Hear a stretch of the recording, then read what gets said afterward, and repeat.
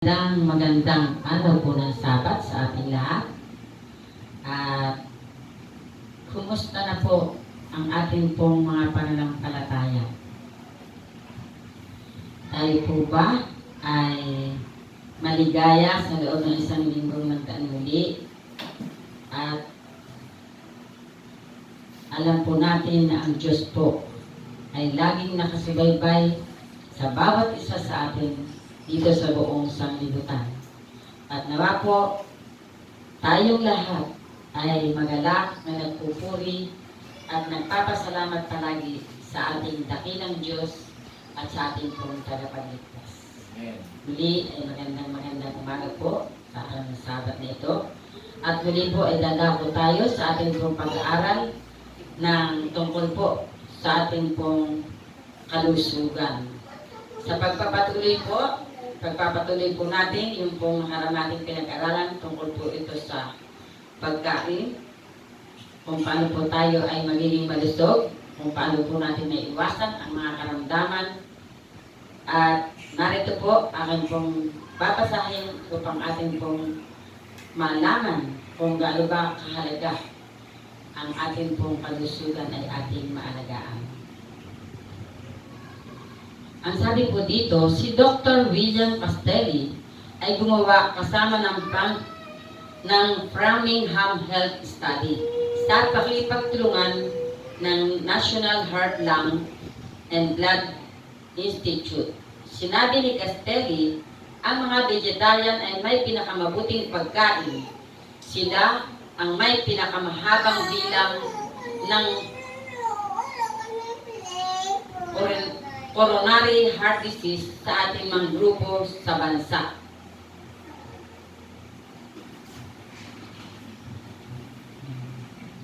Pinakamababang bilang ng coronary heart disease. Ang ilang mga tao ay nangahamak sa mga vegetarian. Subalit, mayroon sa lamang 44% ng ating bilang ng cancer. Karaniwan, nabubuhay sila ng 6 na taong mas mahaba kaysa ibang mga kalalakihan. Ang mga batang vegetarian ay may average IQ na mas mataas ng 17 points kaysa karamihang mga batang Amerikano. 116 vs 99. Ang maaaring dahilan nito ay na ang pagiging vegetarian ay nagbibigay ng mas malaking kalamangan sa pag-iisip at ang mga matatalino at mas maalam na mga tao ay nagiging vegetarian. Pinakita ni Dr. Dean Ornish ang pagbaligtad ng coronary heart disease sa pamamagitan ng pagkain.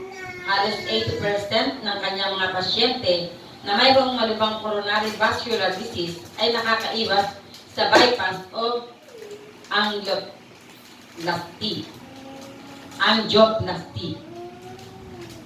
Doon sa American Heart Association diet, isang ika-6 na pasyente lamang ang nakakaabot ng kapansin-pansin na pagbaliktad ng atherosclerosis.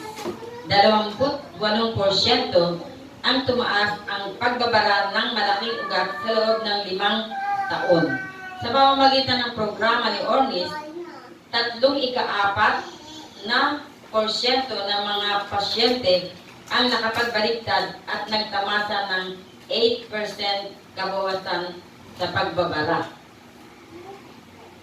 Napaka-importante po pala talaga ng puro gulay lang ang ating mga pagkain.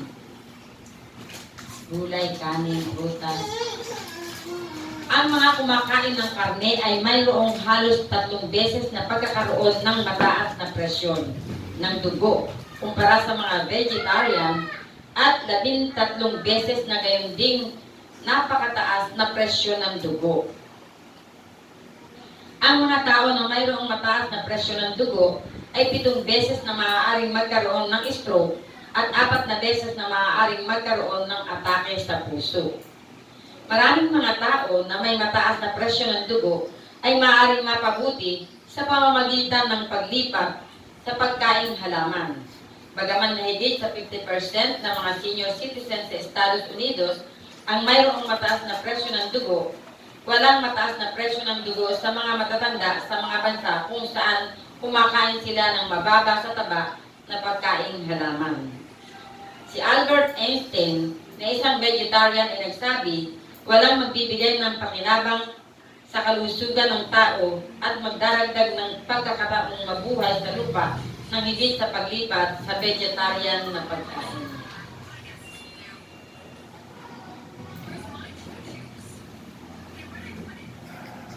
Si Dr. Campbell sa China Study ay nagulat, mayroon na tayo ngayong malalim at malawak na katunayan na nagpapakita na ang mga whole food at pagkain halaman ay pinakamabuti para sa puso at pinakamabuti para sa kanser. Ito ay pinakamabuti sa diabetes at sa autoimmune disease.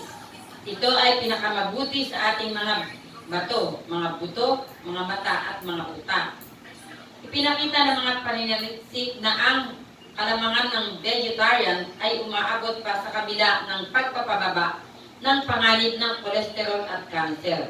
Sa mga vegetarian, mas kakaunti ang may mataas na presyo ng dugo, sakit sa malaking bituka, diabetes, gallstone, sakit sa bato, labis sa katabaan at may mas mababang panganib sa halos lahat ng sakit. Ang pagiging vegetarian ay makakatulong din sa pasasalba ng ating planeta. Ang isang ulat ng United Nations ay nagsabi na 30% ng mga lupa na walang yelo ay nakalaan para sa mga hayop at 33% ay para sa pagtatanim. Ang 20 vegans ay makikilala sa lupa na ginagamit sa paggawa ng pagkain ng isang kumakain ng karne. Sinabi sa atin na ang mundo ay nauubusan ng sariwang tubig. Kakailanganin ang 4,000 na galon ng tubig isang araw upang mapakain ng isang kumakain ng karne. 1,000 galon sa isang araw upang mapakain ang lacto-ovo-vegetarian. Subalit 300 galon lamang isang araw upang mapakain ang total vegetarian. Ang pahayagan ng United Nations para sa World Water Day 2012 ay nagsabi 1 kilo ng baka ay nakakaubos ng 15,000 litro ng tubig, samantalang 1 kilo ng trigo ay umiinom lamang ng 1,500 na litro ng tubig. Ang pagkain halaman na may kasamang malumanay na ehersisyo ay nakakapagbawas ng arthritis at kirot dahil sa arthritis. Maliwanag na marami ang mga benepisyo sa pagkain ng vegetarian. Sa pagkain vegetarian, subalit kahit ang mga vegan, ang purong halamang pagkain ay maaaring makasama sa pangangatawan, baka ang mga vegetarian ay makadama ng kayabangan dahil sa kahusayan ng kanilang pagkain. Dapat nilang mapagtanto na kapag sila ay kumukonsumo ng karamihang mga refinadong starches, mayamang mga panghimagas, sila ay maaaring mas matahol pa sa mga kumakain ng isda, organic na puting karne ng manok o pabo, at kumakain ng hindi refinadong pagkain ng halaman. Siyempre, bakit ilimitahan mo ang iyong kakayahang gumaling? Marami sa atin ngayon ay para sa mga pinakamabuting pagkain na nakatuon sa malawak at iba't ibang kahangahangang pagkain halaman habang inaalis ang mga pagkain na galing sa karne. Dapat po pala na tayo po ay magtuon sa pagkain ng mga halaman, mga gulay, mga prutas, at iwasan po natin ang karne. Kasi napakatagal pong matunaw talaga ng karne. Hindi maganda sa ating katawan ang mga pagkain na mahirap tunawin ng ating pong katawan. Kaya kung maaari po, maging matalino tayo sa pagpili ng ating pong mga pagkain. At sa susunod na Sabat po ay isang mahalagang kabalitang muli ang atin pong mapapakinggan.